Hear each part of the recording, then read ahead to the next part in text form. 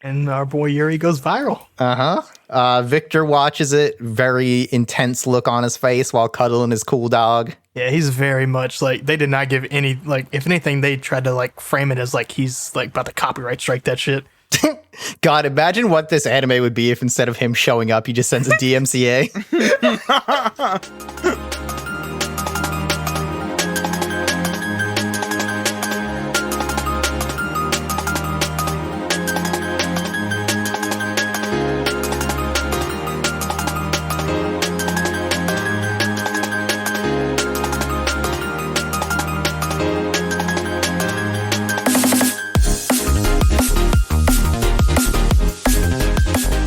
Hello and welcome back to my first anime, another arc. We have wrapped up Devil's a Part-Timer, and now we are moving on to Yuri on Ice.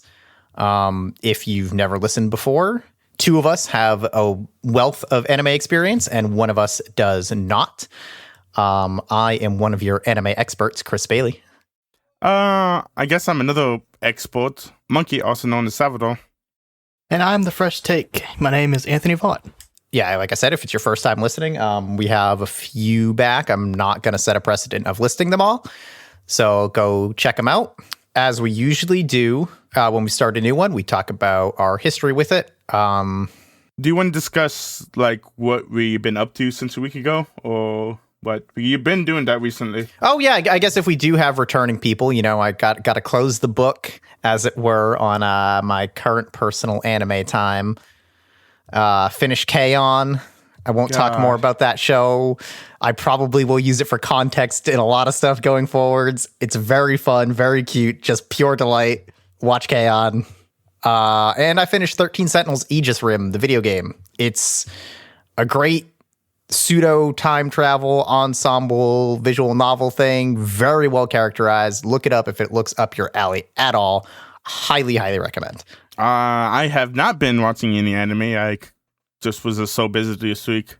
I am in the new anime season, I think the winter season, so I am going to continue watching Haikyuu, because that just came back on, and then the shonen anime that everybody's raving about. I forget what's it called. And Nosebleeds came out this week too, so I need to start watching that too. Also, I've been on my streaming. I have been playing Alien Isolation, and I'm getting scared as fuck, so that's always fun. Anthony, any news from your week? I'm still not watching anime on the side just yet. Still got some non-anime shows I'm catching up on, but Marvelous Mrs. Maisel and The Boys on Amazon. That's really about it. I've been watching The Boys, dude. I'm like on episode 3 or 4. So good. Yeah, so like I said, we're going to talk about our history with this. We're actually going to go in reverse order this time because I have a ton of stuff to say at the top, unfortunately. So let's start with Anthony. Did you know anything about this show going in? Nope, and that's the way I like it. Perfect. I've heard you, I knew that it was an anime. I've heard you talk about it before. You didn't really give any context to it. And that's really all I've had is that. And then if you guys watched the previous episode, I did select this from his choosings.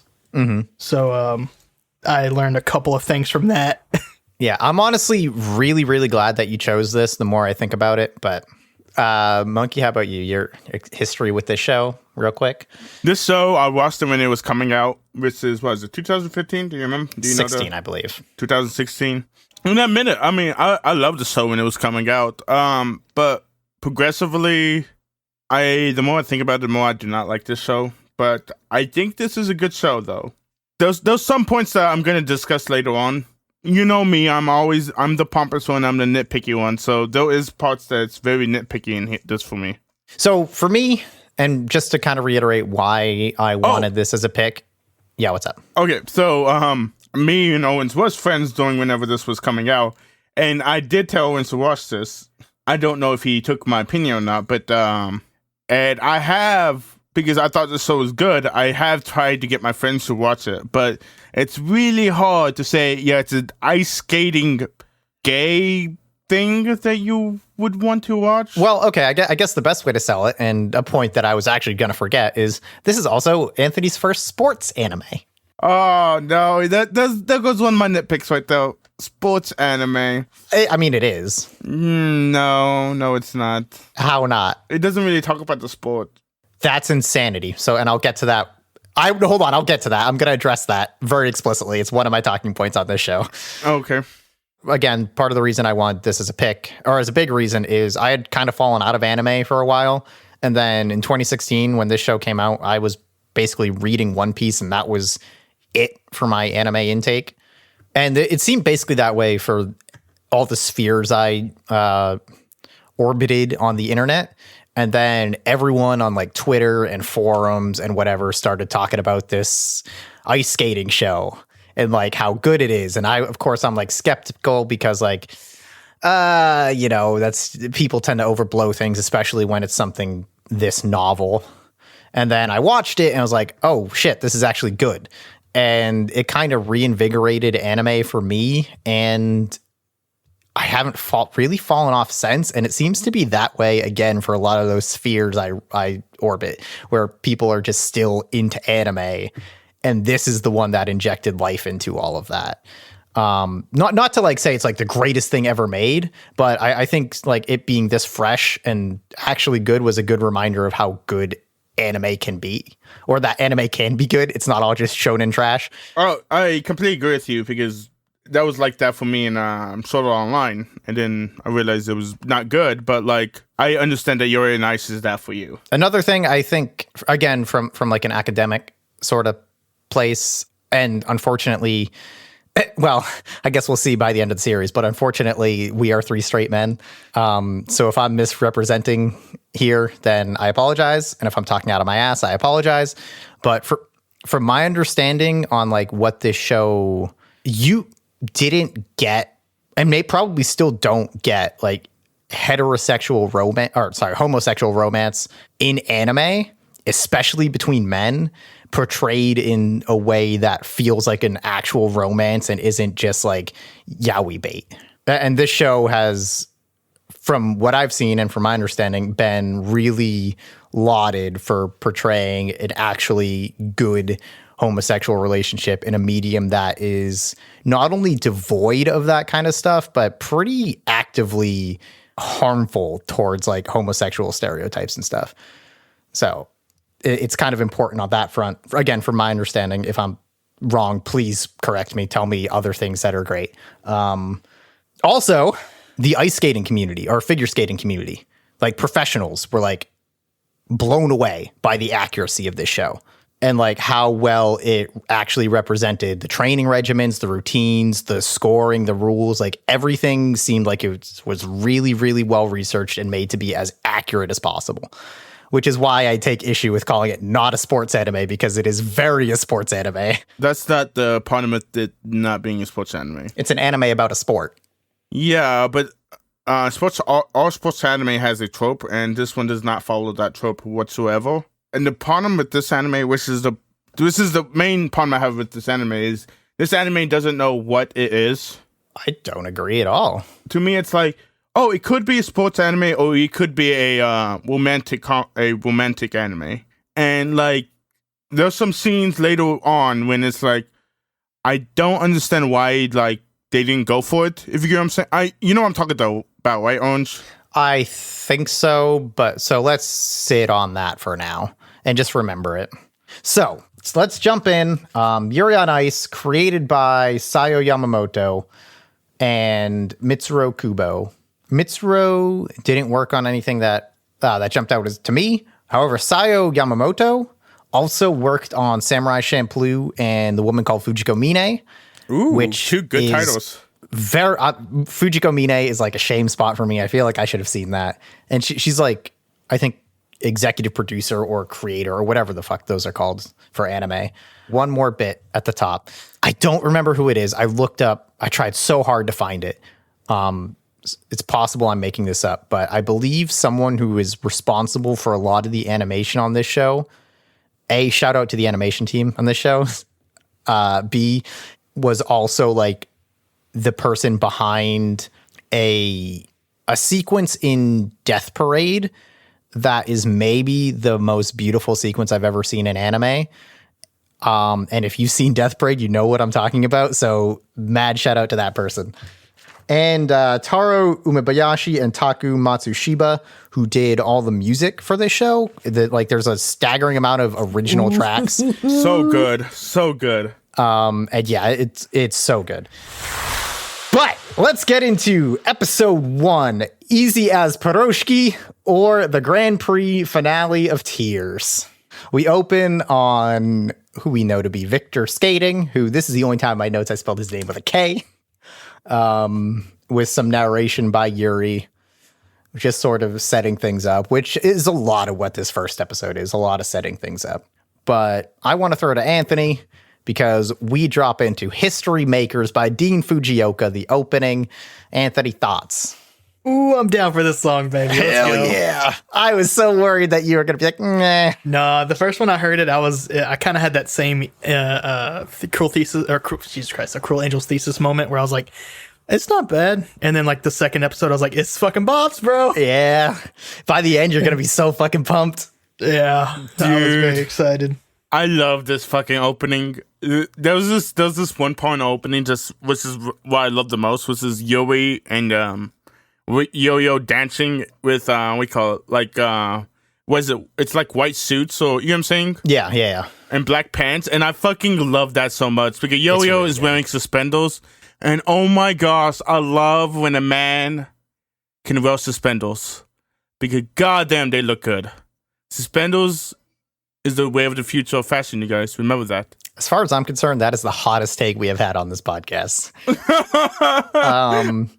All right. This show only has 3 main characters. So let me not nail out their voices real quick. We have Yuri Katsuki, our main character.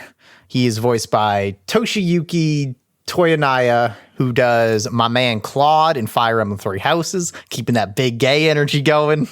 And Josh Grell in the English, who, if you're following with the English dubs, you will remember as Sato Mao from Devil's a Part-Timer. Cool. Oh, shit. Which, are you both doing subs? Yep. I'm doing sub. That's cool though, because I do know Sato Mao's voice because I did watch the dub when I originally watched Devil's a Part-Timer. And we have Viktor Nikiforov, who is done by Junichi Suwabe, who does the original Greed from Full Metal Alchemist. Cool. Darby the Younger in Stardust Crusaders. Aizawa in My Hero Academia. What, the fucking ninja guy? Aizawa, the teacher? Yeah. Yeah. Oh, that's cool. Yami Sukahiro from Black Clover. That's something you watch, right? Oh my gosh, that's fucking awesome. I love that character. This guy does everything. Gonna keep the hits coming with Abakio from Golden Wind. Bakio. He's one of the crew. He always has the shirt open. He has the rewind stand. He does Laurent in Great Pretender, which also hot man.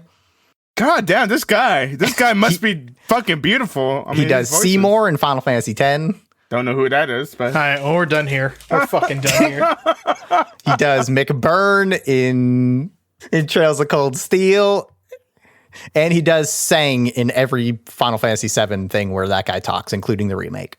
So that dude getting work. Yeah, dude. And that's the Japanese actor, right? Yes, and that's only the roles I know. Wow. His English is Jerry Jewell, who does Claire Stanfield or Vino, one of the coolest fucking dudes in anime, from Bakano. okay. Which is also a pretty good dub, but Vino's cool. God, I wish we could find Bakino, dude. Me too. He does Jimmy Kudo, who's the main character of Detective Conan / Case Closed. Hey, I know that one.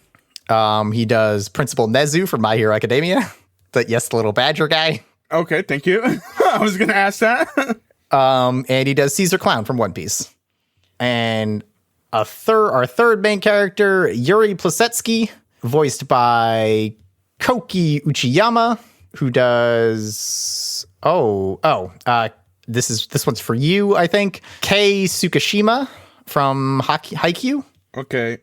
Yep. I'm bad with names, so Yeah, that one's for me. Yeah, he's on one of the rival teams. I don't know, man. I looked him up. Okay. I was like, oh, you talked about Haikyuu. I do like Clavis from Death Parade. Shigaraki from My Hero Academia. Neku Sakuraba from The World Ends With You, which is a fucking banger of a game and apparently getting an anime, so that might be cool. He does Roxas from Kingdom Hearts. Okay, I know that. Well, I don't know the Japanese voice. Never mind. Yeah, I don't either. And he does Reen Schwartzer from Trails of Cold Steel, which that one's for me. His English voice is Mika Solusad, who does, I don't know if this is a show you watch. I think it is Soul Evans from Soul Eater. Oh, yeah. And I did watch the dub of that one. Not bad. Not bad. He is Smile in Ping Pong. There we go. And he does Best Genist in My Hero Academia. Every voice actor we have ever talked about is in My Hero Academia. Yeah, that's what I'm getting. Yeah. There's a lot of characters in that show, man. All right. Opening is over. We open on the Sochi Grand Prix final. Victor is obviously wrecking everybody. Everyone's talking about how perfect he is and how great he is and how he's just destroying everything. We see Yuri, our main character, is also there. He's not doing so hot. He's like bottom of the standings. Then he jumps into his like introduction of like, hey, I'm Yuri Kautsky. This is me. I'm a figure skater, but also like everything sucks. I'm eating too much and my dog is dead. And then it immediately goes to him in a bathroom stall on the phone with his mom. Man's having a rough go. Yeah, she's like, we're all watching you in public. And he's like, oh, man. Though is something I want to bring up, though. What's it called? They all talk about if Victor's going to retire or not. And Victor is 27. Yes. Is that, did you look up any resource about figure skating, actually? According to my research, figure skaters typically retire in their mid 20s to early 30s. So Victor is like prime retiring age. Wow, they really go that ham. I thought all those people who figure skated, because I see some couples, I thought they was old people. I didn't realize they were super duper young. No, like even like the girl that's like on Yurio's team is like 19 because she says she's only a couple years older. She says, I'm only a few years older than you. Yeah, so Yuri is crying in the bathroom and then the cool kid kicks on his stall, kicks it open. The cool kid, the dick. If I said it once, I've said it 1,000 times already in just this fucking however many episodes we've got of this show. What is with Japanese culture and having shit happen in bathrooms? Bathrooms are a good, understand. secluded, quiet place when you need one. Yeah, so are living rooms.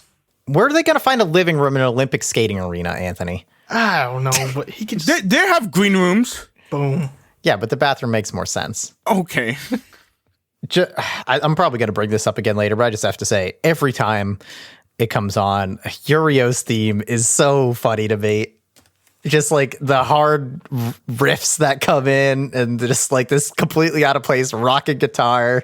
I love his theme. It's so stupid and so good. Basically talking shit to Yuri. Yeah, he's like, we don't need I'm about to be older and we don't need two Yuris in the pro circuit or in the senior circuit. Fuck this kid. That's all I got to say. Well, he's right. Yuri sucks, to be fair. Oh, they did go to the whole thing about the fact that Yuri is in last place of the finals, even though the finals is still going on. Yeah. Yeah, this, when they was explaining, this made no sense whatsoever. Do you understand what this means? What, that he's in last place? So I guess what they do is they go to some place and then they compete and then the last person gets knocked out and they go to another place and compete. Or is that what happens or what? I don't think so. Oh, that's not here yet. They're not Yeah. explaining the Okay. cup stuff yet. They were just simply saying that he's in last place. And Yeah, and this is the Grand Prix final. Like, this is the big one. Because this is where Victor wins, and like, it's his 5th time winning the big guy title, the best ever. Yeah, but then why is Yuri on fucking vacation for 5 months? Because this is it. This is the final. the season's over. Yeah, this is the end of the season. Okay. There's the stuff with the reporter in the airport with Yuri being like, hey, keep skating, bud. I believe in you, which, hey, that's cool. Good thing the reporter's not being a shithead. Good for him. Which is one of my favorite things about this series, actually, is that most of the characters aren't shitheads. I bring that up later, man. Even the one that is like the one that I think if you're going to get like your cartoon villain, you haven't met him yet. Like he shows up, you're like, oh, this guy fucking sucks so much. Oh, you talking about Yo-Yo? We met him. No, not Yurio at all. By the end of the series, I was on board with this guy. It's one of my favorite scenes in the show. But we'll talk about that when we get to him. We get a little bit of Yurio and Victor, their kind of relationship. Very clear already that like Victor treats him like a not a little brother necessarily, but I think the affection is like very clearly there from the get-go in the way they have that small interaction. When he was trying to get or they're asking him like, do you want an autograph or a picture or whatever? No, not between Yuri and Victor. Yurio and Victor. Yuri, oh, okay. But then, yeah, we do get the thing of Yuri and Victor was like, hey, want a commemorative photo? As they lock eyes from across the airport. Is this where he does the hair flip? He does a lot of hair flips. I don't know. I just got Oh my gosh, dude. He did a hair flip and they put on the screen. Bam! Oh, I think I know which one. I think I wrote that as like kill shot. Yeah, I can't exactly remember where it's at. I think I know exactly what you're talking about. But we get that. Yuri runs away instead of taking his photo. Oh, so there was a scene with Yuri looking on the phone about like the news that's happening, stuff like that. Big important thing in the show is phones. Like everybody's connectivity with everybody else. It's actually really interesting. I really like how this show does phone stuff. Yeah. I mean, it acknowledges that it was made in 2016. Everyone's on social media. Yeah. Yeah, we jump a year or to the time jump, however long it happens to be. Yuri is returning home. Is all the posters of him, which has to suck. Man, I think I've realized why Orange likes this so much. Why? I feel like you identify as Yuri a lot. It's a lot of his ways. We can talk about that one. I think that's social more anxiety poignant in and like episode anxiousness. 4, and we'll touch on that if you want to dig into that. Yeah. So you know what this place is at where he lives? Hisatsu, I believe it was called. Yeah. Do you know what that is? It's fake. Oh my gosh! It is based on the real life city of Karatsu. It is in the Saga Prefecture in Kyushu. Okay, I don't know what any of that means, but okay. But it's a fake town. We meet his teacher who, God, when did I forgot that. I was so bad about writing people's names down. Which teacher are you talking about? Are you talking about The ballet teacher. Okay, the ballet teacher. Minako. Yeah, I mean, does anyone have anything to say about Celestino, or can we just keep blowing past him? Sure. Oh, yeah. Okay. Yeah, we meet Minako, who is his ballet teacher from when he was younger and like learning. We've seen her character before. I was gonna say hot take. Chris likes this character. That's my hot take. She's all right. She's all right. We get an explanation of the skating season and learn about the small town a little, which we just kind of touched on. Yuri gets home. If it wasn't clear from some of the shots that were the way some of the shots were being framed, Yuri got fat.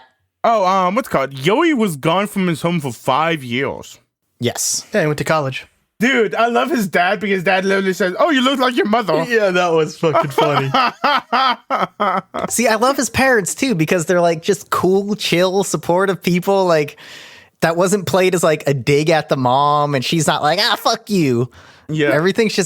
Everyone's just so nice in this show. I keep every time they call him like fat or something, I just always keep thinking of that damn boy, he thick. That one meme, with the cat or whatever. Yeah.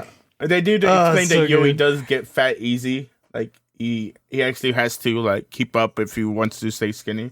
Yeah. We also meet his sister, Mari, who, this is what I was talking about earlier. I think she actually does get 10% cooler when she's smoking. Oh, dude, it's 20% cooler, and yes, she does, dude. I will give you 20. He knew the number from the first. What a callback, man. Dude. That was like a 2-month callback. I love the way that they did character introductions in this. For 2 reasons. One, they were all like quick snippets of like you get mom. She's obviously loving, supportive. Dad, jokester, kind of thing. Coach, you get the kind of the drinking thing, and she's real competitive, that kind of like, yeah. And then you get Mari, she's got all the piercings and the smoker. And I think they do this, now that I've seen the other few episodes, I hope more anime should do this where they give you a little bit of characterization and then they let you build on it. So even like just learning one bit of information just seems like character development, even in like a show where it might not be the centerpiece, you know what I mean? I have bad news. What? Most anime is not great at being subtle. Oh, no. But I'm just saying, going forward, this is 2016, so I expect the new shows that we watch that come out this next year, maybe, to have good character development. I expect a banging soundtrack. I got bad news. I expect... Man, you're gonna be disappointed. I expect a appropriate amount of age, or I expect the correct amount of age-appropriate women. God, this is one of the shows I like. The fact that everybody's age appropriate. Oh, it's fantastic. Like, oh my god, it's like Except for Yurio. He's a little... That's fine. No one's sexualizing him. well, hold on. Well, I'm not sexualizing him. I did not know you was into lollies, Owens. Oh, no, but the show is definitely very concerned with his, like, the fact that he has a feminine figure right now. But yeah, you're right. I think it's great. Especially since his sister comes in and is like, hey, so what are you going to do with your life now? Are you going to, like, help out? And then he's like, I don't know, man. And she's like, well, whatever you do, I got your back, I guess. It'd be cool if you would help, though. Yeah, she seems chill. I wrote down, like, her thing is chill. Yeah. We go out to meet more Carrot. He goes out for a while, goes back to his hometown ice rink, ice castle. Meets his old friend Yuko, who he grew up with. What up, girl? Her and Takeshi, who we will also meet. As we get a flashback of Takeshi, or Yuri falls over, Takeshi calls him Fatso a bunch. While him and Yuko obsess over Victor. Yep. It just proves to you that Yuri was always into skating, even though he was super young. Yeah. Also, he got a poodle named Victor.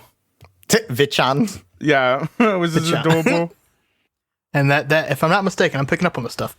Adding Chan at the end of like someone's abbreviated name is a thing, right?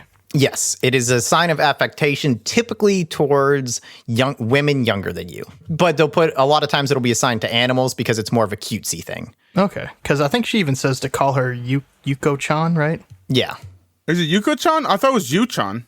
I think she might say Yu-chan. Yeah, It might just be Yu-chan, but like she adds the Chan to her name and says, "You can call me that." yeah, And then he's like, because it assumes a closeness, or I'll call her Yu-chan. either that or like a boss might call like his secretary something Chan in a shitty way, you know?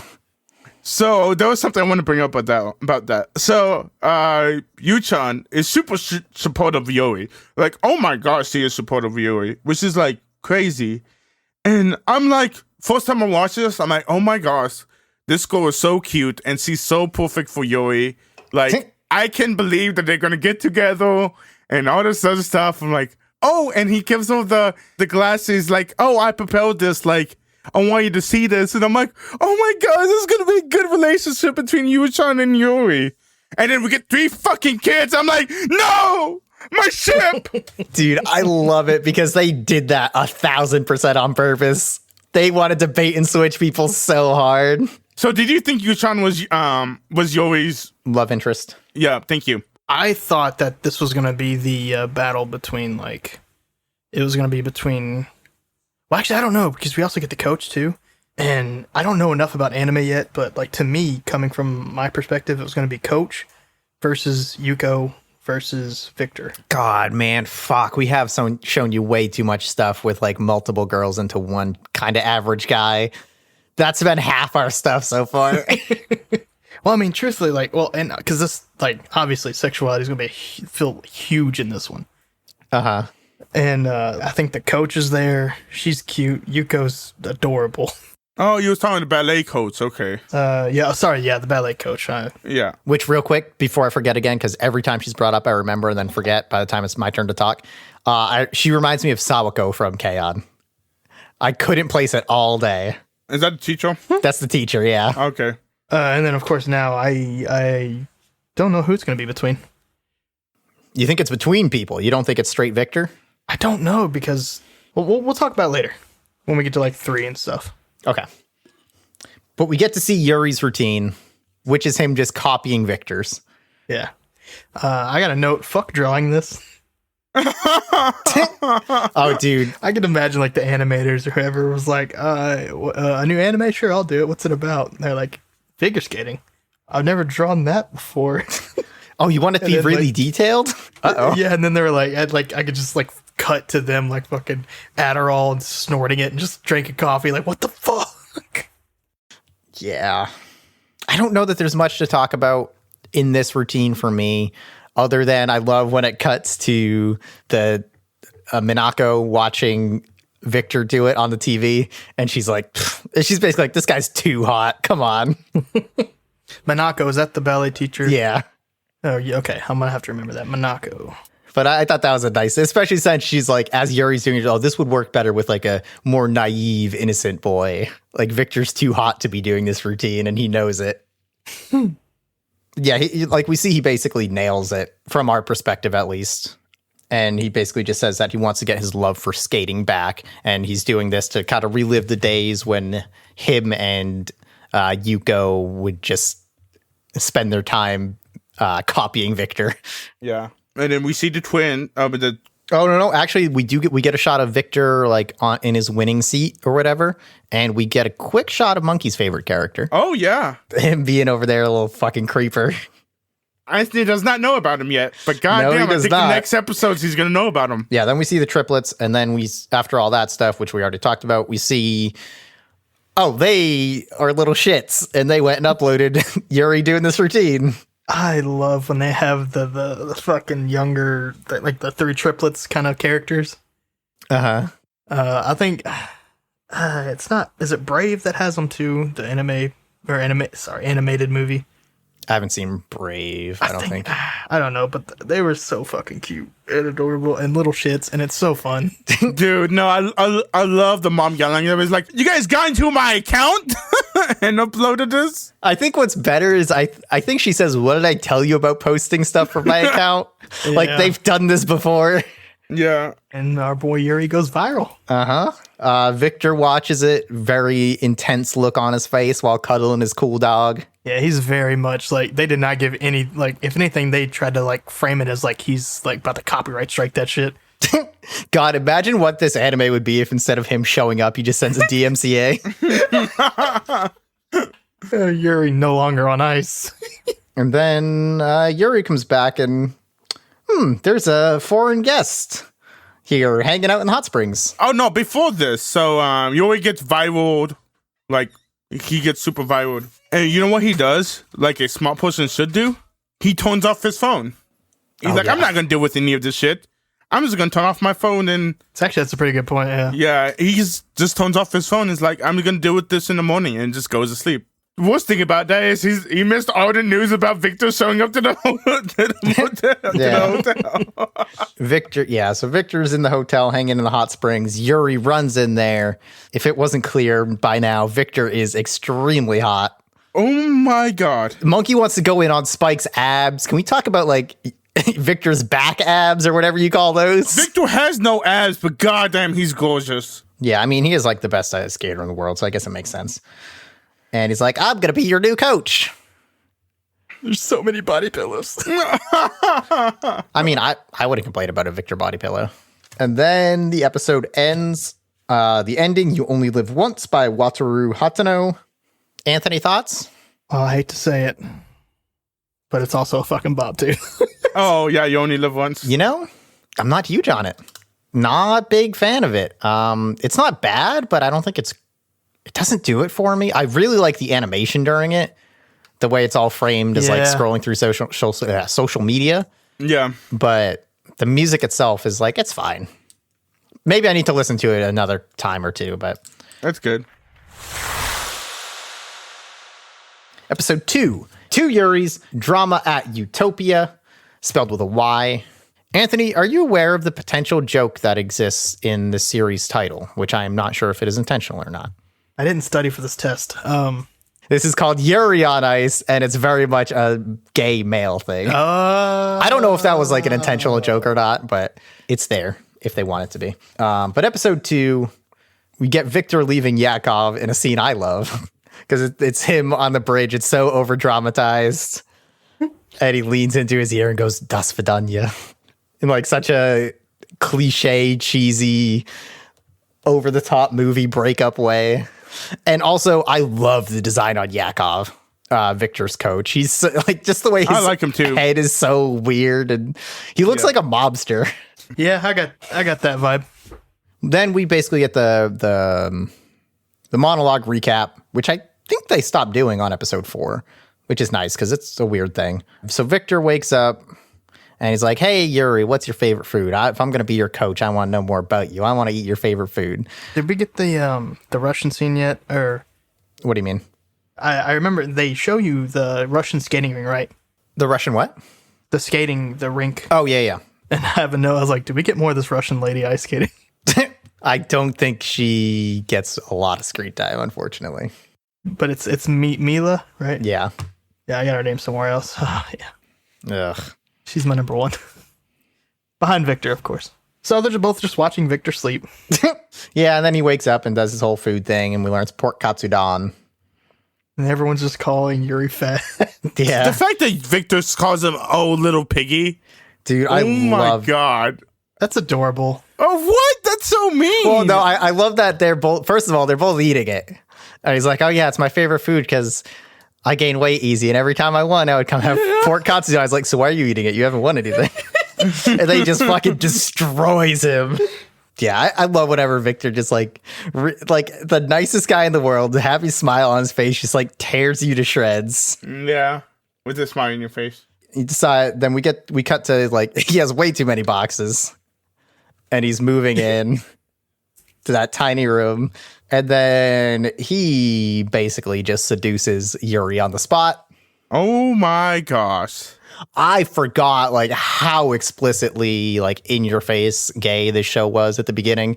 How yaoi this show is. Like, this show is yaoi. Like, oh my gosh. I was expecting close to well, I was hoping for tails to be tailed off and they just go at it. No, I thought it like slowly ramped up to it and like hinted at stuff here and there. I forgot episode 2 he was like full on in his face, practically intertwining their bodies. Yeah.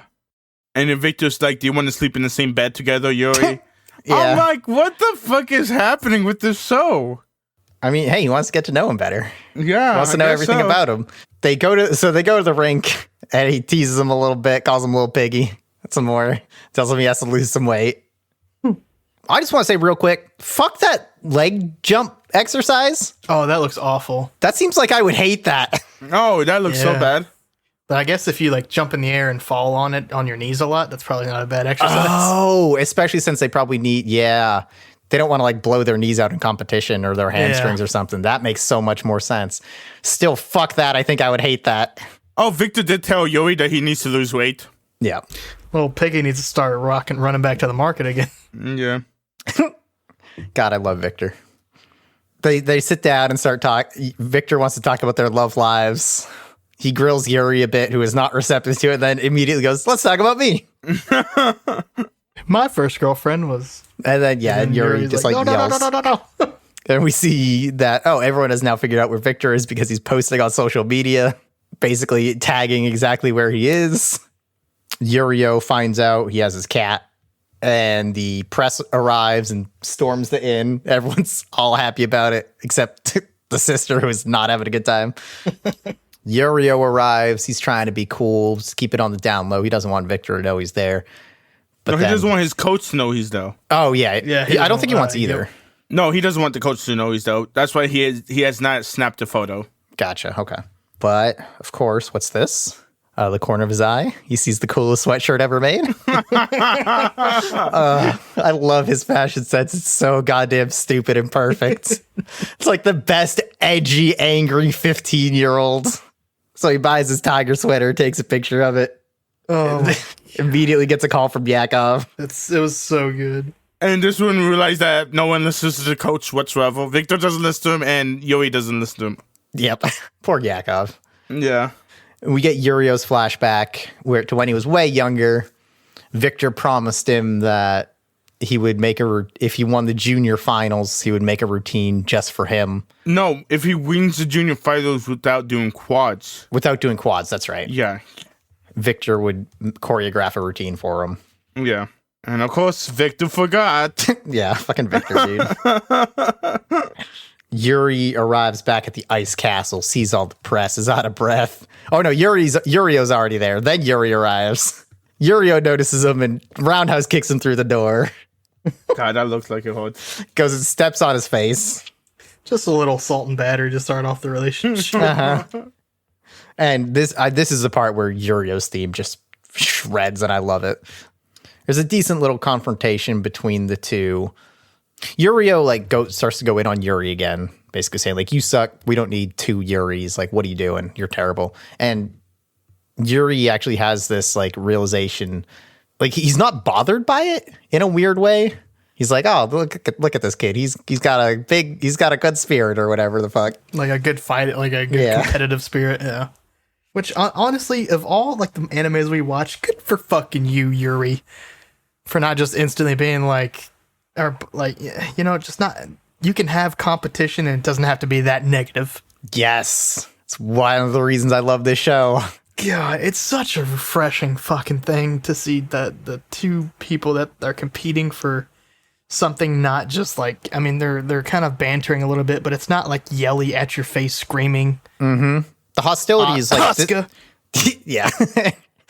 This is like the last bit of hostility, like real hostility we get between these two. At least for this set of episodes. Yeah, it's just kind of teasy after that. We do get a scene with the ballet teacher. Is she talking to Victor? Talk more about the scene. I don't remember what the ballet teacher was doing, but she is a bartender too.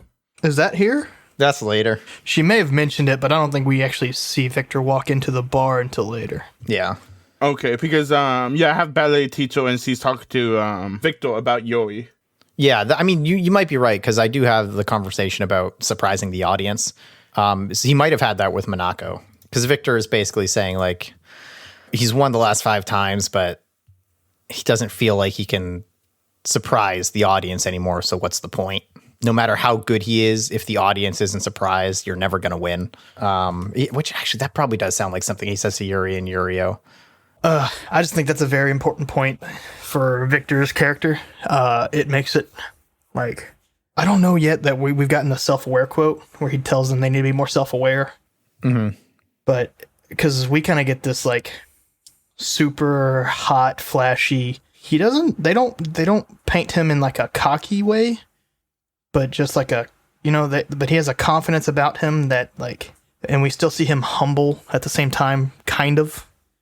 You know what I mean? He's right in like this weird spot, and to kind of like be that self-aware and also be this kind of character or person is a very interesting dynamic to like see, to have to write for.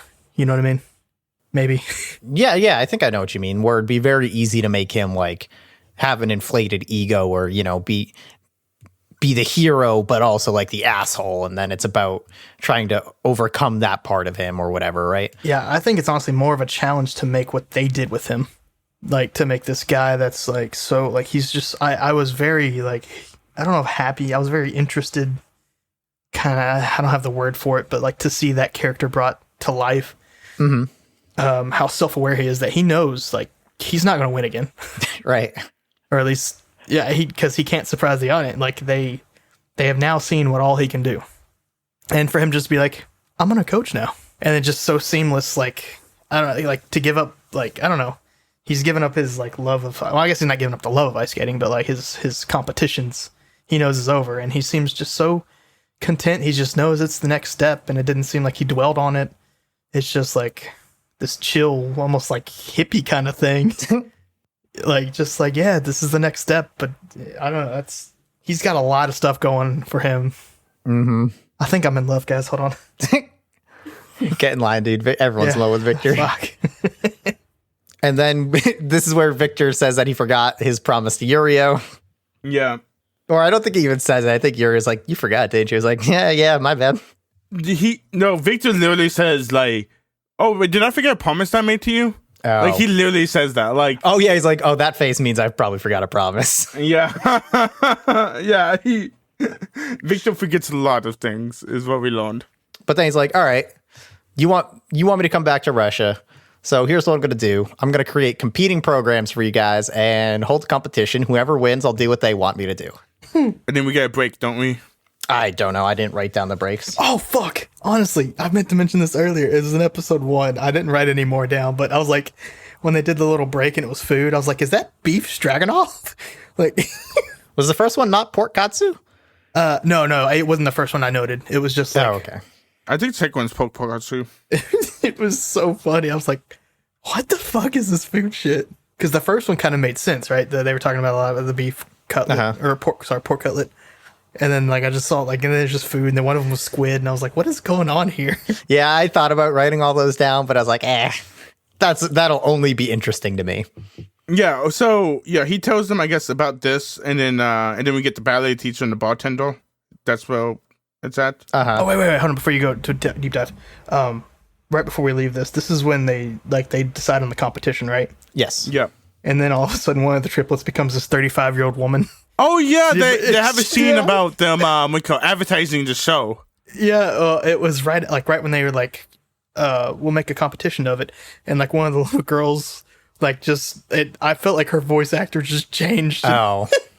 And they were like, "Oh, we'll be able to advertise it and shit." Like, she gets real excited. And Yeah. like, throws like a peace sign or something like that. What they do, you know? Yeah, when they do, and when it gives that aerial shot of all them cheering, Victor's in there making the same face. Yeah. I was like, I had to note that. That was funny.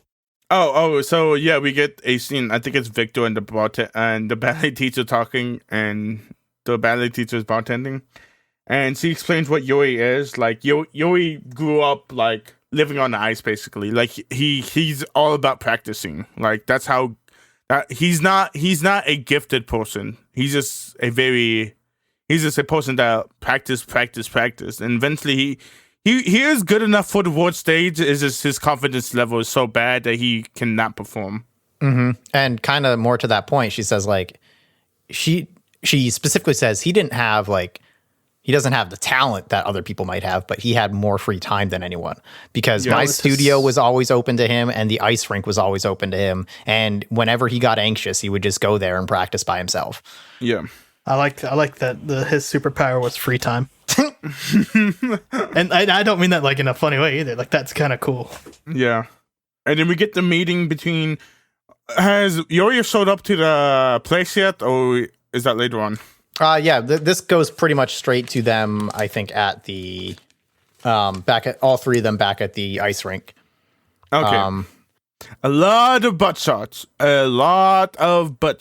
Yeah, I mean, I to be fair to this show, like, it's way easier to animate the lower body during this stuff. I guess so. If they had to animate full body or even upper body during these entire ice skating sequences, it would be a goddamn nightmare.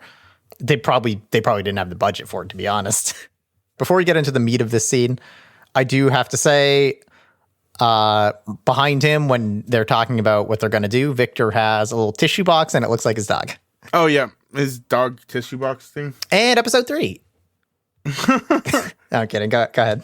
This was the scene. So, what's it called? Yuri does show up. Yo-Yo does show up at the fucking, the hotel. Who is it? In a hotel? What? I don't know what it's called. It's a hot spring. Yeah, he does show up at the hot spring, and he complains of how small it is and stuff like that. And I think Yuri's sister comes in. Oh, yeah. And I think she's like a little bit mad or something like that. Like Yuri's being another guest. And then she sees Yo-Yo, and she's like, oh my God, look at this cute boy. And I think she knows who it is, too. Oh, does she? I did not know that. I wrote this down. It's one of her pop idols.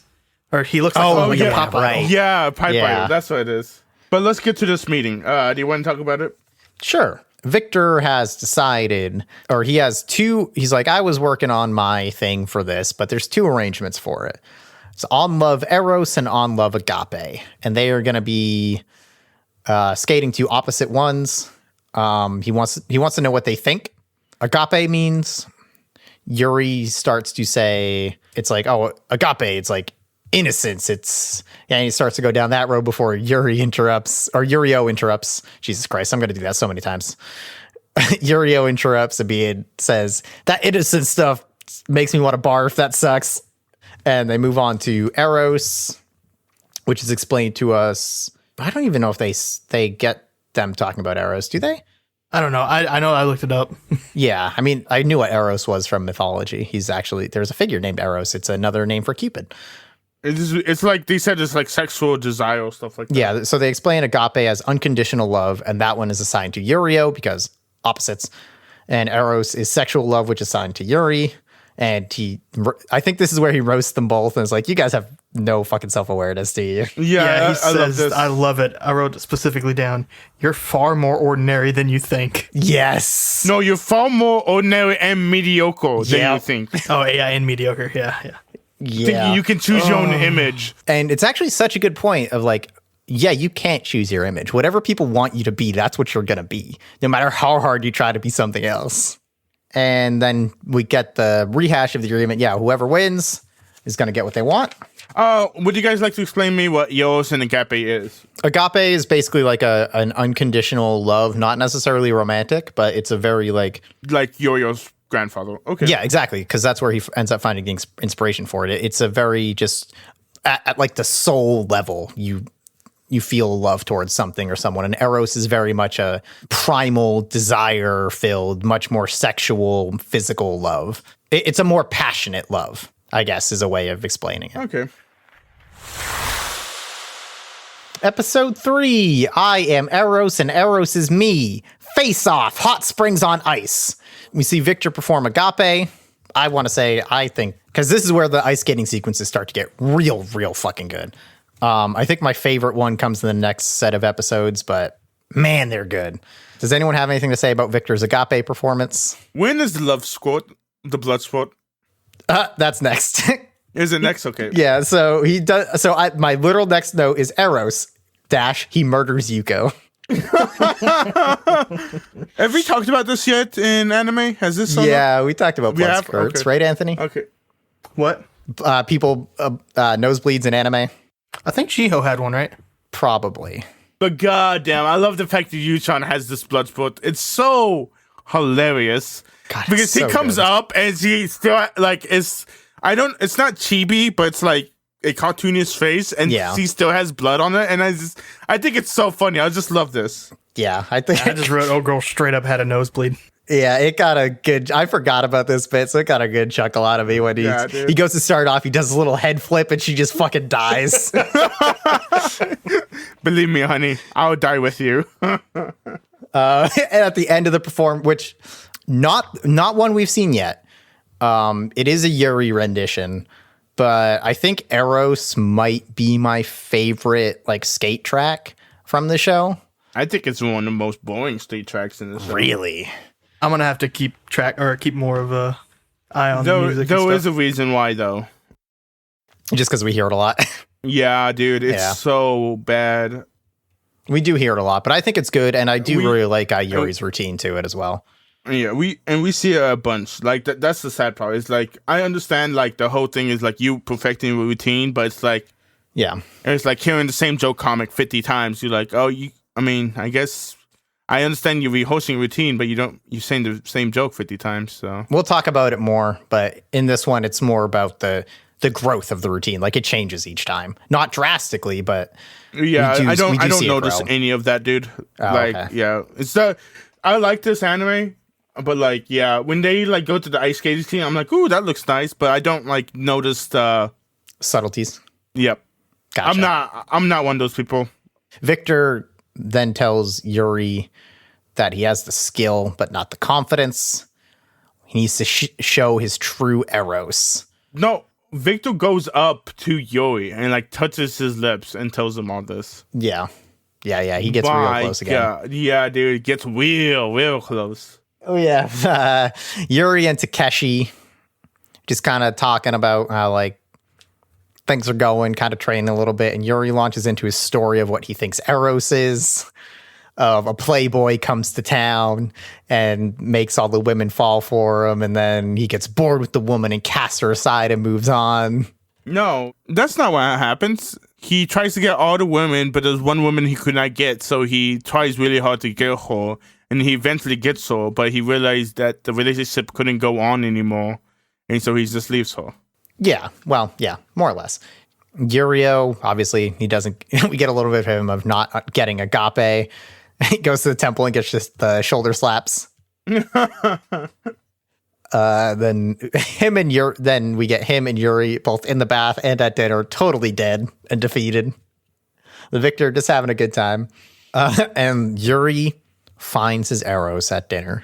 It is pork katsudan. It's Yuri. Dumb. I don't like this Yuri. at all, dude.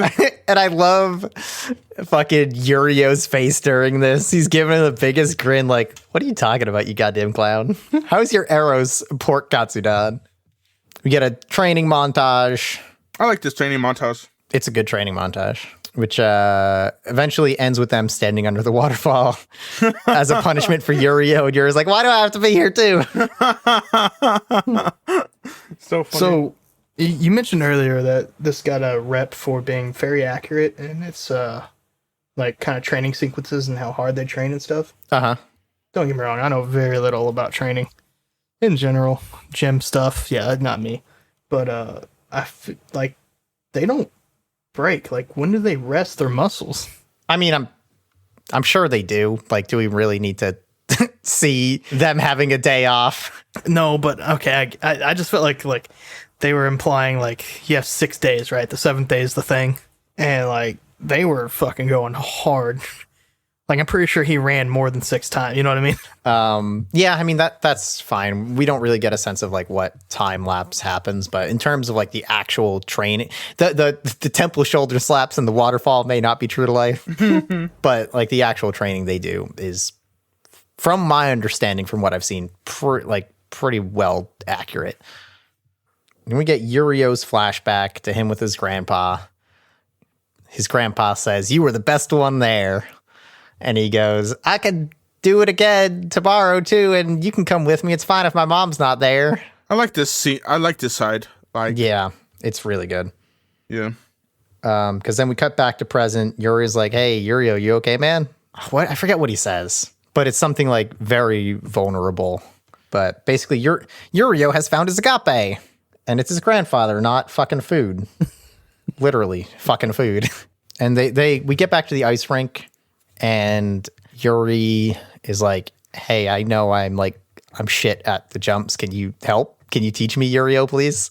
And he starts to teach him, and Victor walks in. They both go their separate ways, like they just got caught doing something wrong.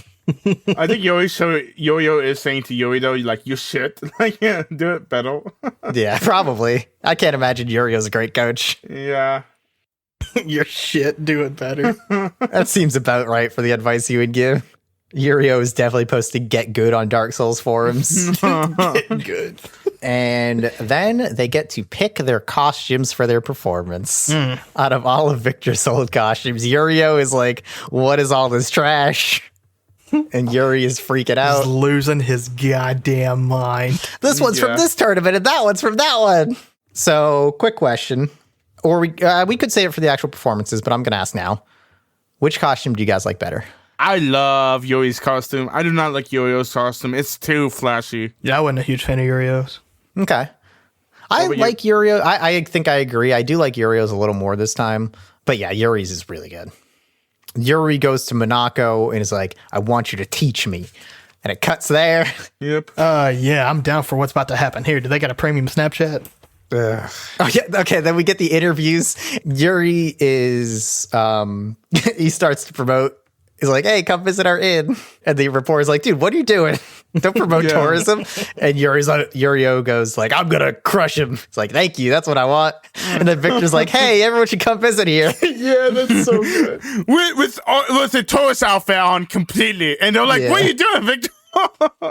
Fucking, they're in their prep room. Yuko walks in, sees Yurio in his Victor costume, and gets her blood beard. Oh no, dude, no, because Yo-Yo is covered up. Oh right, it's once he gets on the ice. Okay. Yeah. Also, you forgot what's it called? A very important scene. Victor forgets about the bet again. Yo-Yo has to remind him again about the bet. He's like, "You do remember the bet?" He's like, "Oh yeah." Good point. And we get the bloody nose thing from Yo-Yo. Yeah, it just stays on Yuko's face the whole time. Exactly. We get Yurio's performance, which I don't have a ton to say about. Okay, so here's the question I have. At the end, he's kind of beating himself up about it. I wouldn't say beating himself about it. He just wants it. He basically says explicitly that he was like, "Oh, I could have done better. That wasn't very good." Something along those lines. Yeah, at the end. And towards the end, he's like, "I'm too focused on the routine." And like he feels like he's losing his agape. Do you guys trust that? Or like, why do you think he was so disappointed with himself? Like, what do you think? Do you think what we see or what he says is actually what's going on with him? See, my take on it was this could be completely wrong. But to me, it feels like he was letting his feelings get the better of him. So to me, it sounded like he was about to break down and cry, and he did not want that to happen. But that's the way I look at it. Anthony? I took it as it's not necessarily emotionally mature enough to do agape and the program at the same time, but replace emotional maturity with the proper word. Like he could not do both and still win the competition. You know what I mean? He Sure. could either do the program perfectly or focus on the agape part of it, but he could not do both. Okay. And that's why he knew he lost. Sure. And my reading of it is honestly kind of a blending of both of you. Okay. Where I definitely agree with Monkey, where he wanted it to be over because he felt like he was losing himself. Like he wasn't used to that vulnerability, which I think kind of ties into what you were saying, Anthony. He never put those emotions on display before, didn't really know how, and now he was doing it in like a competition setting, and it was overwhelming for him. So he could either focus on doing the moves, or he could give over to his emotions and probably lose the performance. Yeah. And yeah, like you said, that's why he knew that like he lost, because at a certain point he let go of the agape for the sake of the program. We get Yuri's turn. He hugs Victor. For the first time, comfortable being in close contact with Victor. Says he's gonna be the best. The best pork katsu. Yeah. It's okay because Victor loves pork cuts. Oh yeah, he does, dude. I love the symbolism of his outfit. Like I know he kind of touched on it, like the one where he wore when he was more feminine with the long hair or whatever. Mm-hmm. And then like he blends that in with the story. Instead of, he said, I couldn't identify with the Playboy, but I can identify with the woman. Yep. And then having the heart broken. And then I'm pretty sure they did that on purpose. Like that they gave the backstory of the uniform or the attire that he wore plus that story.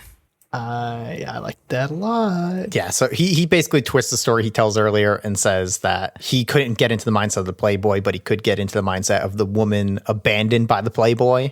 Mm-hmm. So she wants to become like so good and so irresistible that he has to come back. Like he wants to win this Playboy back. And that's the mindset Yuri is able to get into.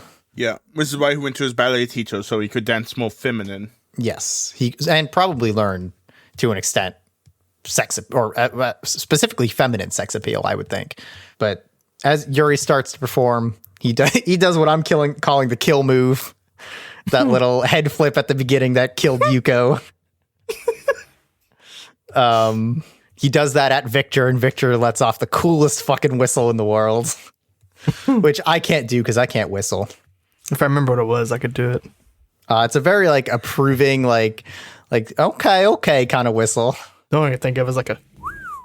That was pretty much it, except it was much more understated. Except add Victor. Except Victor's doing it, so it's cooler.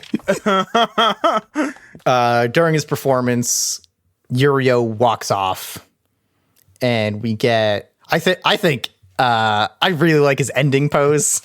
I don't know if you guys remember it. Yeah. And Victor hugs him, and then immediately starts critiquing him. He falls over. Before we get to the end, so there was the husband. I don't know what the husband's name, and he said that Yuri's performance is like basically a Spartan program. Like it's so fucking difficult. Oh yeah, because he saves all the jumps for the end. Yeah. So which I said I don't understand, but now after you told me he saves all the jumps in the end, that makes more sense. I think that's I think it's in this episode we learned that basically Yuri, his jumps aren't good, but he has really good step sequences and performance. Oh yeah. He's beautiful at stepping. He's not very good at jumping.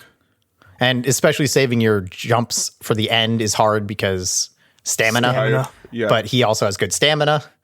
Yeah, he better. He had a lot of practice last night with the ballet teacher. Yurio is leaving, and we get Yuri's victory speech with Victor getting real close in there again. Anything else on episode 3?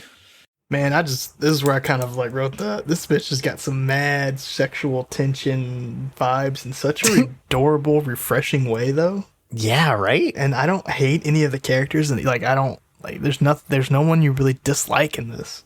Mm-hmm. No one's like. Well, hold on, you haven't met Monkey's favorite character. That's true, but no one's yet been dude, I can't wait for him. No, you're gonna like him. They've not been jelly or yelly yet, you know. Yeah. Yo-Yo has been yelly, but he has, but he turns around pretty quick. I just got a bad feeling this is going to be a good anime. Quick question for Anthony: which is your preference so far between Agape and Eros? Oh, like the dances? Yeah, or the songs, the routines, either way.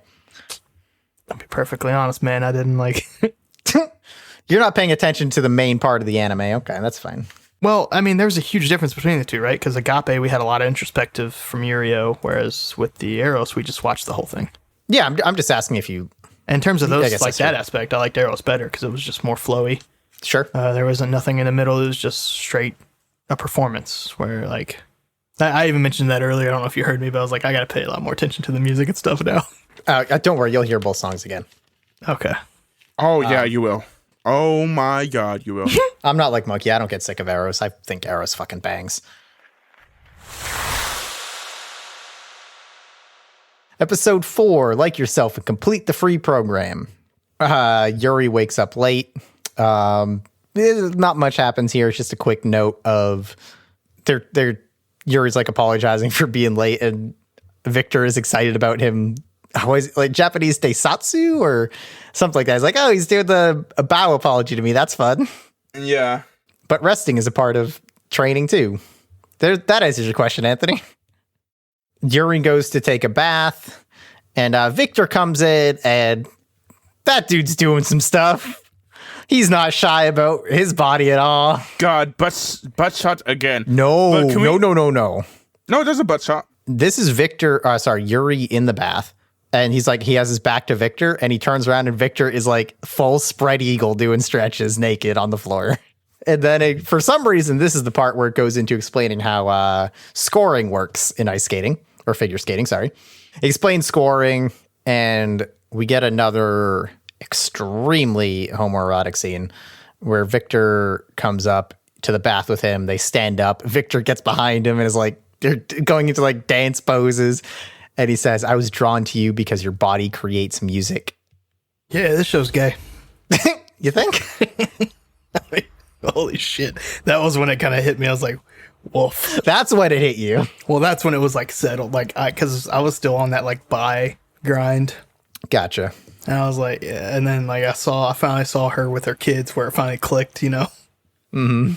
And then I was like, oh, it's just him and Victor. And then he was like, your body creates music. And I was like, okay.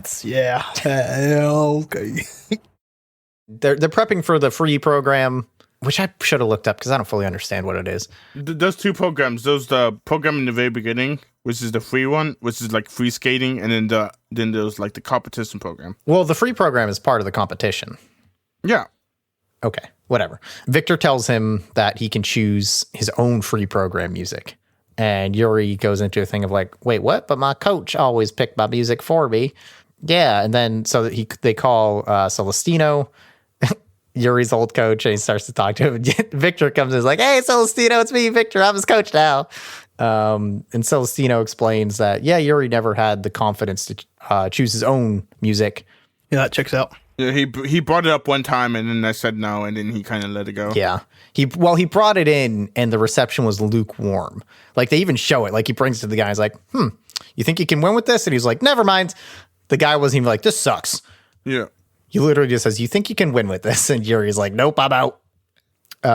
We go to Yurio in Russia, and I love that he is just like, throughout these episodes, just casually texting with Yuko. Like, they somehow became friends. Yeah. Yeah. Dude, his leg is straight fucking up, though. Do you see that?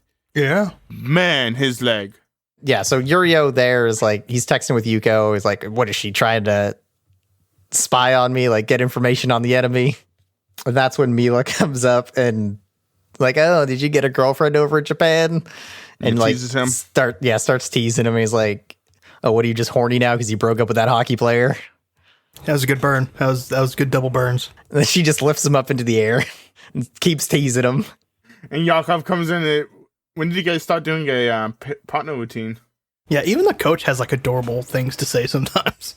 Yeah. I mean, maybe he's a bit of a hard ass, but he's their coach. He's got to have a good rapport with them. And then he gets introduced to Lilia, the prima ballerina, who we learn is also Yakov's ex-wife, I believe. Yeah. Yep. And she is going to come in and whip Yurio into shape. What does he say? She's like, oh, if he has no talent, I'm not gonna train him or something. Yeah. Like that. Or I think she goes up and like, let me see what he's got, and I'll decide. And like starts tugging on his face and stuff. No cavities. That's good. And And they're both going to go live with her. And he's like, wait, what? Yakov does not want to get back together. Yeah. He's like, I didn't even think of that. We come back to Yuri with Victor listening to his music. The music that was supposedly shot down by Celestino before, and kind of gets the same reaction. Like, okay, you think this is what we're doing? And again, Yuri just kind of retreats with it. We meet one of the other quote unquote rival skaters. We'll see a couple more times in the series. Pitch It. He was from Taiwan? Thailand, yeah. Okay. He has my least favorite routines in the series. His music is dumb as hell. I like his. Or it's not bad. Like, I think it's just like fucking lame as a choice. I respect it once, but the second time, dude, when he goes for the sequel, I'm like, come on. But we'll talk about that. But Yuri is FaceTime with Pitch It, who is back in Thailand also, because he's like, yeah, Detroit got lonely when you left. Then they just kind of catch up a bit, and he tells Pitch It about the conservatory student who made the music for Yuri's free program that he tried to pitch. And he told, because she would just like, I guess, bug him a lot. She was a big Yuri super fan for some reason. So the impression I got was Yuri was trying to find her again. Yes. Okay. Because, he specifically wasn't. I think Pitch It says like, oh, yeah, I could put out the feelers, see if I can track her down. Mm-hmm. Because after he told her that he wasn't going to use the music, he's like, things got real awkward, even though she said she wasn't mad. Okay, that makes more sense. Because to me, I thought that was just like, I heard like things got awkward, and I was like, is that just him being socially anxious to not want to talk to someone whose music he didn't accept? But it makes more sense if she was a super fan. But probably, column A and B. Honestly, that's a really great point. I wouldn't be surprised if it was him putting that awkwardness out there himself, and she was actually fine with it, but he wasn't fine with it. And actually, I think we explicitly get that pretty much, because he wanted a piece, so he asked her for a piece that captured his career, is what he asked for. And he listens to it again, and he's like, yeah, my career hasn't been anything, so I get why this music is underwhelming. She actually gave me exactly what I asked for. Yeah, what a bummer, huh? So sad. Yeah, dude, that's so fucked up. And this is where he basically explicitly starts to feel guilty about not using it, I guess, and probably feeling responsible for losing touch with her rather than trying to work on more music. We get to him and Victor at the ocean, and Yuri tells his hospital story, which I am totally drawing a blank on right now, if anyone can fill that in. One of his linkmates got into an accident. The girl that talked to Yuri often hugged him to comfort him, but he pushed her away so he could hide his feelings. Yes, okay, yep. And then he says, despite this, his family never viewed him as weak. Uh-huh. Basically, he's just saying that he never had anybody to, what's good? I wouldn't say help him. It's weird. No, well, I think this is where he kind of starts to realize that, like, his weaknesses are stuff that he's putting on himself, not that the other people in his life aren't putting them on him. Because, like he said, that he had this reaction to being shown affection from another person, but his family didn't see him as weak. They know who he is, and they understand him and be like, okay, yeah, that's fine. Like, we don't think you're a shitty person. We don't have any ill feelings towards you for this. Like, you're Yuri. Like, that's who you are. It's okay. No one is putting him down for it. Man, let's go ahead and jump into this now. Well, hold on, because there's one small bit before that, because I have the exact quote that is a perfect part to jump into, and I know you want to, but it's like, oh, it's such a good fucking quote. But before that, there's the little bit of Victor says, first of all, Victor says, I don't think you're weak. Or he says, you're not a weak person. I don't even think he says, I don't think. He just says it like matter-of-factly. And then he says, what do you want me to be to you? He goes through a couple things, and Yuri just says no. Like, he goes through all the male figures you could have in your life, and he's like, so figure, brother, friend, boyfriend. So he's like, so what? A father figure? And he's like, and Yuri's like, no. And so what? Like a brother, friend, blah, blah, blah. And Yuri's like, nah. And he's like, so boyfriend then? Okay, I can do that. I'll do my best. And Yuri flips out. And then we get a quote of Victor, or of Yuri talking about Victor. And he says, when I open up, he meets me where I am, which I could talk more about that quote immediately, or you can do your thing, Anthony. Yeah, that's a pretty good still to jump in. We're on episode 4, right? And we already get this huge developing character moment, I think, in this episode. It's still progressive, but I mean, if we're going to go ahead and kind of touch on that introspective stuff, now it's a perfect time. Because I see that he's not sure. It seems like Yuri's not sure, like, what he was, right? He's like this 23-year-old who's kind of, oh, this is a good pun. He literally has skated his way, like, through life, right? Mm-hmm. He never really had girlfriends. He had a couple skate friends, and that was about it, which, I mean, literally, I think he's literally running on, like, his minimum amount of friends, I think. Because, like, obviously you're going to have acquaintances in the skate world, right? If that's your passion, your hobby, you're going to make friends in there. But other than that, like, he's got his family, and they don't seem estranged or anything, but, like, we even get... I love when they did how they explain certain skate things, and one of them was, we'll explain it to you, Mom and Dad, because you guys don't know. But it was for us. That was fucking gorgeous. Anyway, and it's just like, he's learning, you can tell this episode that he's already learning how to open up and be more confident. It's more toward the end, obviously, but I think this is a huge turning point, is when he admitted that. Who was he talking to, or was it just to us? I don't remember if he was talking to anyone specific or if it was like a monologue or what. And like, even I think with his, like, I feel like he's still avoiding one big topic, and that's his sexuality right here. Mm-hmm. But I feel like we're going to get there, if anything, like what we're getting now. I just think that that's a huge bomb to drop, like, only 1/3 of the way through the series, is how much more confident he gets that quit. Well, not quick, because it is throughout the whole episode, but I don't know, man. Good pick. Okay, that's not what I expected. I thought this was the moment, because at the very beginning of this, you wanted to throw me into the show. Oh, yeah. So, I mean, I won't stop you from doing that. And if I'm uncomfortable with it, you can cut it out. Well, but yeah. I was just the social anxiety things. I know you always make some jokes about it, which are not necessarily untrue, but... Excuse me? Well, like, you're talking about your anxiety. Uh-huh. It's a talking point, like a joke. I wouldn't say the jokes I make are quote unquote untrue. I would say they're truth masked as a joke. Did I phrase that wrong? Because that's exactly what I meant, was what you said. Oh, okay. Yeah, I think I threw a not in front of that, which I'm double negative, LOL. Yeah, sure, I can talk about it, because the reason I like that quote so much is because, to me, for a very long time, and I guess still now even, is like, that is a big part of how anxiety feels, of like, to me, again, I understand a lot of people feel it differently, but the idea that it's so hard to be comfortable with people, and like, there's so many different levels to it. It's not like a big jump in levels for me either. It's like small steps, and there's this constant like worry that if you go up one step, whoever is on those stairs with you is going to sprint up every single one of them, and you're not going to be able to keep up, and you're just going to fucking turn around and leave.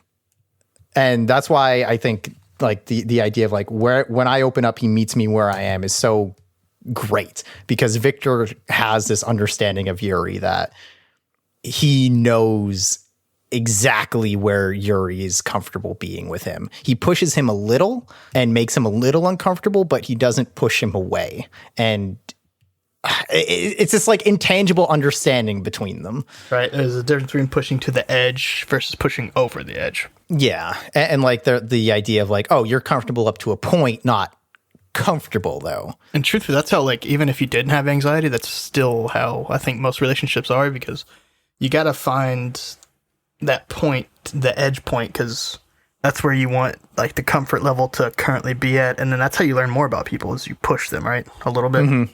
Yep. And then you base your reaction on what they get, or of what they give you, and then like, if they pull back away, okay, you got to put your limits a little bit farther than what you thought, or a little bit less than what you thought it was, and shit. Yeah. And that, yeah, actually, that's I'm not gonna be able to recut any of this, but that's definitely not exactly where I thought you were gonna go either. We were definitely not on the same but they were both like pretty good points.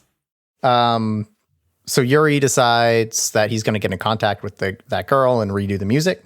We get a cut of Yurio practicing with Lilia. And we get one of my maybe favorite scenes in the whole series.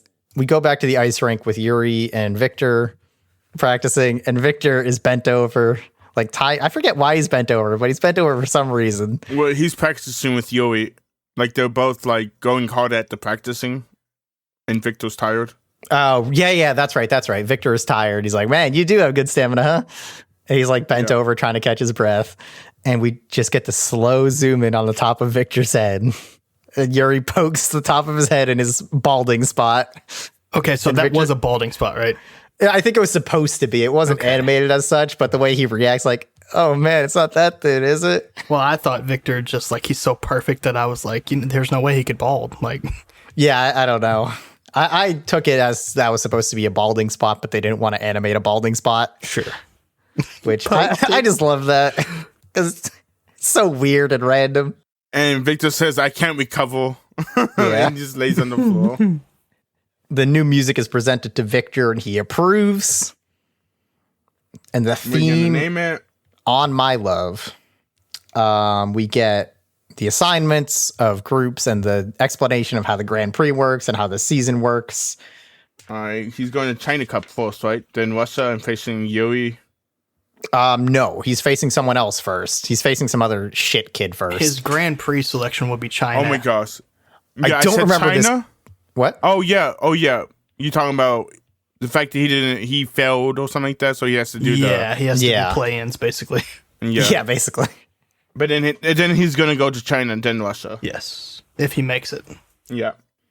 Yuri gives a monologue while practicing, and we do get his performance, or a brief performance of On My Love, sorry, which is going to be renamed shortly. I don't remember what his monologue is about. Do either of you? I feel like it was pretty poignant when I watched it. I'm like, this is the last episode I'm watching. I'll remember. I don't remember. Okay, great. Who is it? Yo-Yo? It's Yuri. It is interspersed with Yurio practicing, though. Okay. Yeah, I guess the main stuff comes from Yurio, where he lets his hair down at one point, and the Lilia looks very approving, like, yeah, he's finally getting it. And we Yurio get this even inner... has his own introspective thing. Mm-hmm. Yeah, I kind of like that. It's like, I got this body, I'm going to use it while I got it.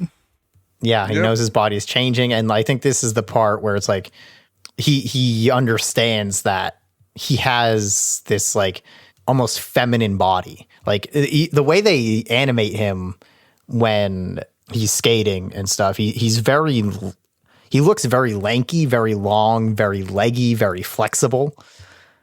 He does have like a very feminine figure at the moment, and he understands that that's not going to last. And that's, obviously why they brought Lilia in, because he has to, so she can train him to use that.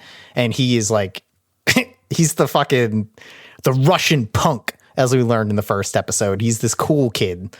And so being the like vulnerable feminine version of him is something that he has to learn how to do. And he's just now learning that he has to exploit that because he won't be able to in a couple of years.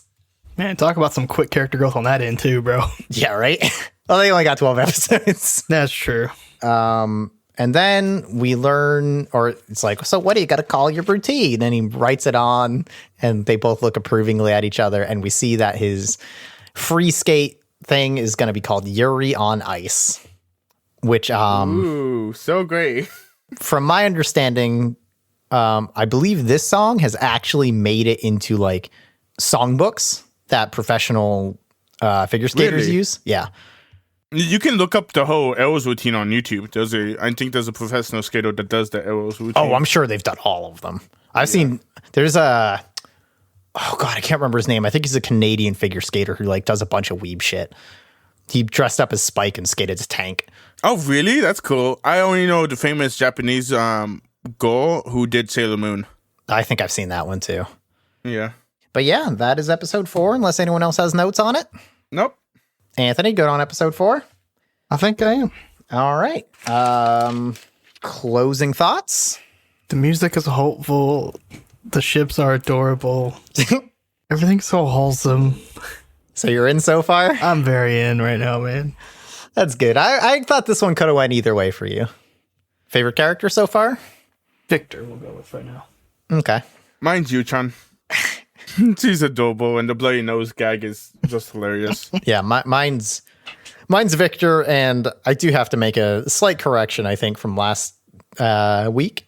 I believe it was last week, because Yurio is the second 2 for me, or very close 2 for me. I think I just like abrasive shithead characters. Yeah. Where last week I said, I always like the tomboy characters, but no, I like the characters who are willing to like fucking get in your face. Yeah. Do you think that Yuri is gonna make it to the championships? Oh, that's a good question. Anthony? Nah. You don't think so? Okay. Where do you think he'll fail? Oh. I'm just kidding. Oh, okay. Yeah, actually, that's a good point. Predictions, Anthony. Any?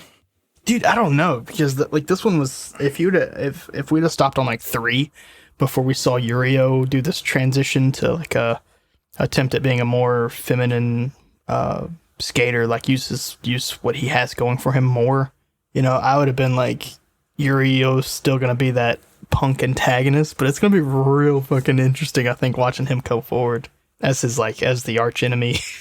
Mm-hmm. Yeah. But no, I don't have any predictions. This could be that wholesome one where like he doesn't win, but it still feels good at the end, and I'd still be about it. Okay. So give us one wild take. Oh, one hot take. One wild take. Or not like necessarily, sorry, not take, a prediction. Give us a wild prediction. Yurio and Yuri actually have something like a physical moment. Okay. Interesting. He's 15, but all right.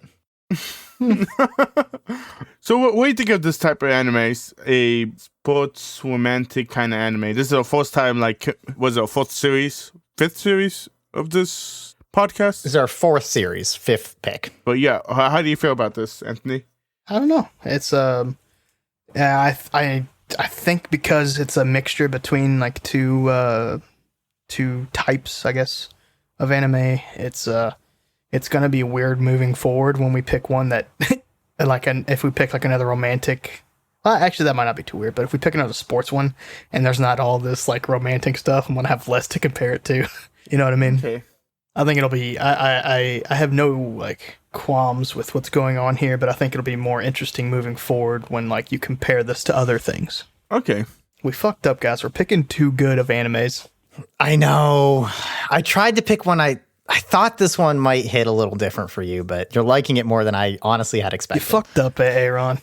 But I'm very glad we're revisiting this one. So yeah, next week we will be doing 5 through 9. 5, 6, 7, 8, 9. 5 through 9. 6, 7, 8, 9. Wait, hold on. 5, 6, 7, 8. 5 through 8. Well, next week we'll be doing episodes 5 through 8. Math and counting are extremely hard. That's why I'm doing a podcast and not being a businessman.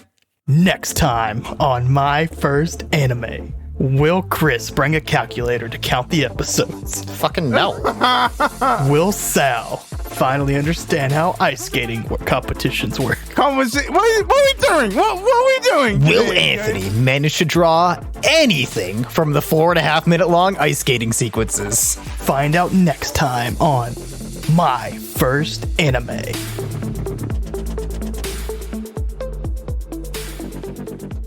Thanks again for listening to My First Anime. If you enjoy the show, tell your friends and leave a review. It really helps. I'm Chris Bailey, and you can find me on Twitter at Chris R. Bailey or hear me play Pretend on the actualplay.network podcast.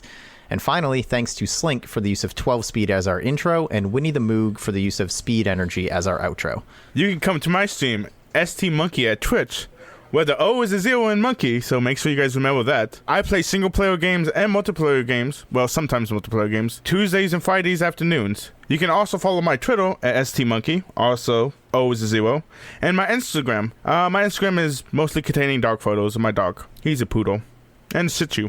You can reach out and contact us on Twitter at MyFirstAnime or email at myfirstanimepodcast@gmail.com. And if you feel so inclined, my personal Twitter and Instagram are both Sir Paperplate, where you will find only pictures of my cat. And once again, thanks for listening to My First Anime.